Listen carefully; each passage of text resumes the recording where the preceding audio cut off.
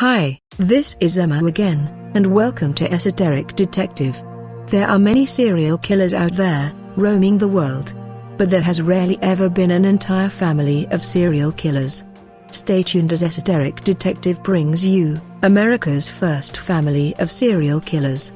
The Bloody Benders were a family of serial killers who owned an inn and small general store in Labette County, Kansas from 1871 to 1873.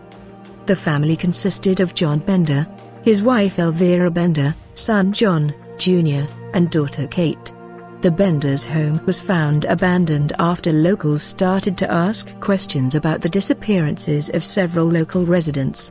All the food and clothing was gone, and inside the home there was found a strange trapdoor. When the trapdoor was open, it was found that beneath was thick pools of clotted blood. The homestead was searched further by a search party, who found 9 bodies in shallow graves around the inn.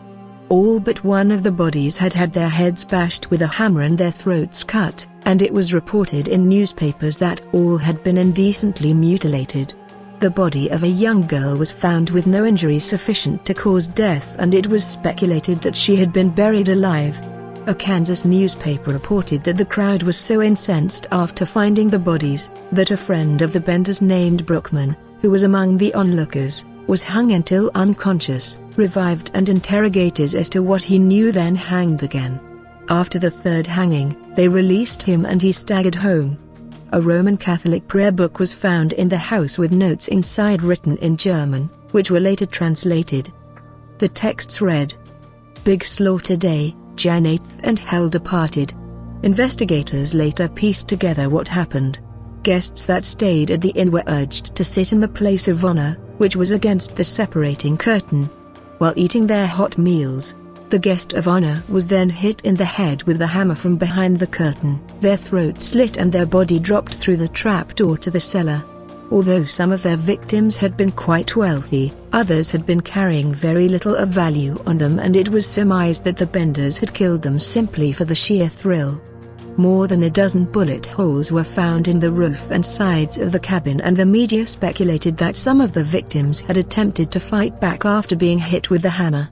One man, Mr. Wetzel, remembered when he was at the inn and declined to sit in the designated spot.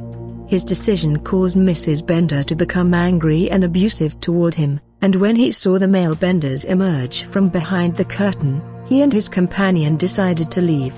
The Benders' wagon was eventually found some miles away from the homestead. But the Benders themselves were never found. And no one knows what happened to them. The official investigation notes that railroad employees placed the Benders boarding a train for Humboldt, and traced the younger Benders to trains going to Texas or New Mexico. The older Benders were allegedly seen on their way to St. Louis by way of Kansas City. No one knows what ultimately became of them. The house in which the murders took place was disassembled and carried away piece by souvenir seekers.